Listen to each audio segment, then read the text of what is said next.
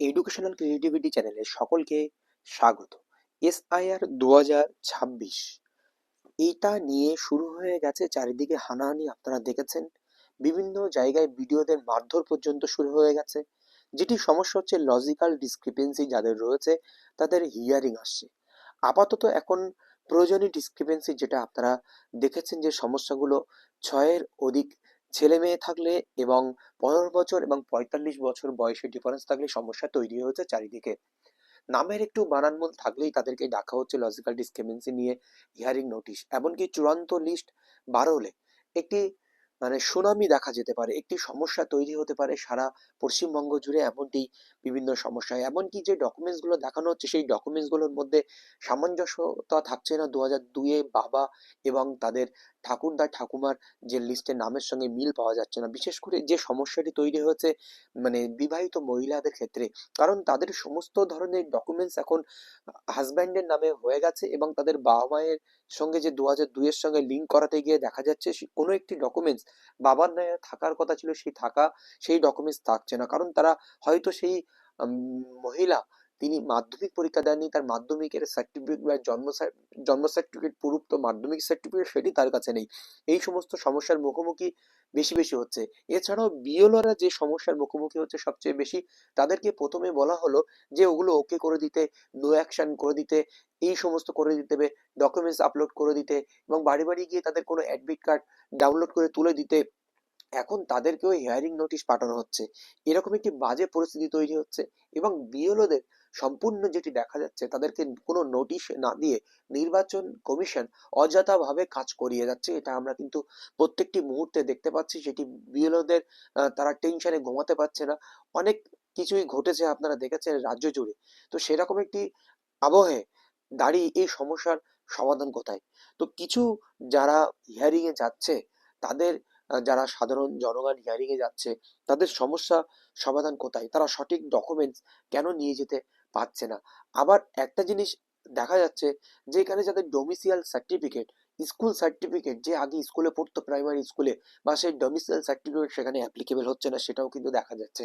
তো এই সমস্যার সমাধান কোথায়? কেউ শেষ পর্যন্ত যদি ডকুমেন্টস না দেওয়া হয়, তাহলে সে এতদিন ধরে সে ভোট দিয়ে যাচ্ছে, যে নির্বাচন হয়েছে সেই ভোটে জিতে, অনেকে জিতেছে, এমএলএ হয়েছে, এমপি হয়েছে, তাকে নাগরিকত্ব প্রমাণ এতদিন ধরে সে দিয়েছে ভোট দিয়ে দিয়ে, তারপরেও তাকে এখন তার ভোটার লিস্টে নাম আসবে না চূড়ান্ত ভোটার তালিকায়। এমন সমস্যা কিন্তু সেক্ষেত্রে হতে পারে, একাধিক সমস্যা।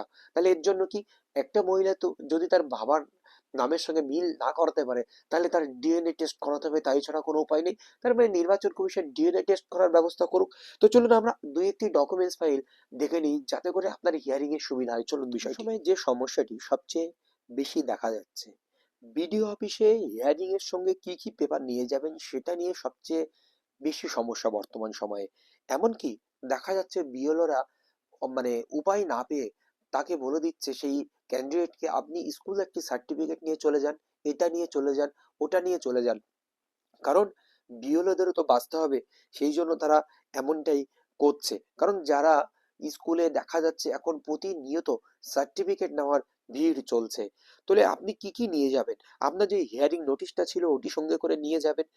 এসআইআর এর ফর্ম, অর্থাৎ গণনা ফর্মটা, হিয়ারিং এর নোটিশ বলতে কনসার্ন বিএলও আপনাকে একটা হিয়ারিং এর জন্য তো নোটিশ দিয়েছে, সেই নোটিশটি নিয়ে যাবেন এবং এসআইআর ফর্ম অর্থাৎ গণনা ফর্মটি নিয়ে যাবেন।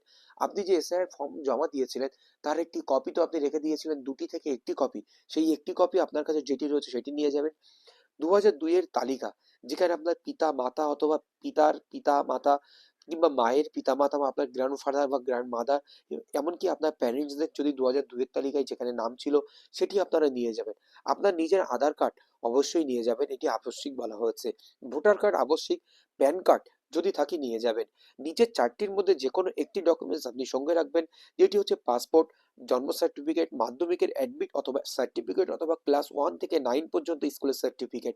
দেখা যাচ্ছে যে ক্লাস 9 থেকে 1 পর্যন্ত যে স্কুলের সার্টিফিকেট সেগুলো কিন্তু অ্যাপ্লিকেবল করা হচ্ছে না, কিন্তু প্রয়োজনের খাতিরে সেগুলো কিন্তু সব জমা নিয়ে দিচ্ছে হিয়ারিং এর ক্ষেত্রে।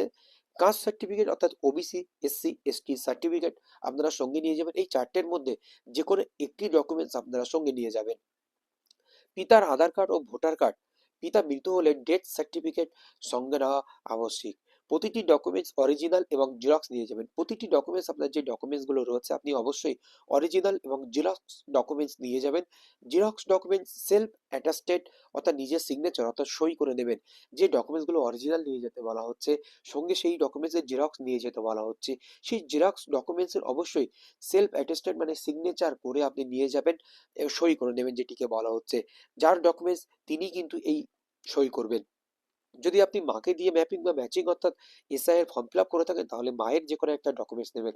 আপনি এসআইআর ফর্ম ফিল আপ করার সময় আপনি যদি মায়ের তথ্য দিয়ে থাকেন 2002 এর সঙ্গে মিলিয়ে, তাহলে মায়ের ভোটার কার্ড ডকুমেন্টস নিয়ে যাবেন, আধার কার্ড।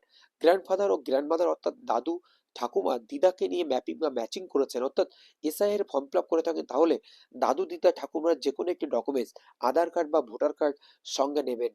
আপনার ভোটার কার্ডে আপনার ও পিতার যে নাম আছে সেই একই নাম যেন অন্য যে কোনো একটি ডকুমেন্টসে থাকে, এটাই হচ্ছে সবচেয়ে বড় সমস্যা। আপনার ভোটার কার্ডে আপনার নাম, আপনার পিতার যে নামটি রয়েছে সেই নামটি আপনার যে ডকুমেন্টস গুলো নিয়ে যেতে বলা হয়েছে তার মধ্যে যে কোনো একটি ডকুমেন্টস এর জন্য থাকে। এখানেই সবচেয়ে বিপদ, এখানেই কি মহিলাদের ক্ষেত্রে, যাদের বিবাহিত মহিলা, সেই ডকুমেন্টস তাদের পাওয়া যাচ্ছে না, যারা মাধ্যমিক পরীক্ষা পর্যন্ত দেয়নি, দেখা যাচ্ছে 8 পাস করে 9 পাস করে তারা বিয়ে হয়ে গিয়েছিল, তাহলে সেই মুহূর্তে তারা তো সেই ডকুমেন্টস দেখাতে পারবে না, তাদের কাছে এই নিচের ডকুমেন্টস কোনোটিই তাদের কাছে থাকবে না।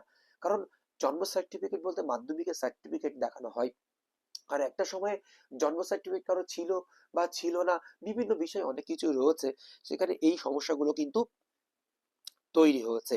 তাহলে ইসিআই তাহলে ডিএনএ টেস্টের ব্যবস্থা করুক, তাহলে এই সমস্যাগুলোর সমাধান হবে। কারণ দীর্ঘদিন সে ভারতে বাস করছে, সে ভোট দিয়ে এসেছে, এখন তার সে এই ডকুমেন্টস গুলো তাকে দিয়ে প্রমাণ করতে হবে, তার স্কুল সার্টিফিকেট বা ডোমিসাইল সার্টিফিকেটও কাজে লাগছে না। আমার যে এই ভিডিও বা তথ্যগুলো আপনাদের জন্য দিলাম, কখনোই ইসিআই এর যে কার্যাবলীকে বিরোধিতা করে নেয়, এটি সম্পূর্ণ কালেক্টেড একটি সংগঠিত তথ্য বা কাউকে বিরোধিতা করে নেয়, এটি একটি বাস্তব অভিজ্ঞতা বা চারিদিকে যে সমস্যার সম্মুখীন হচ্ছে সেটার উপরে ভিত্তি করে এই তথ্য প্রদান করলাম। ধন্যবাদ।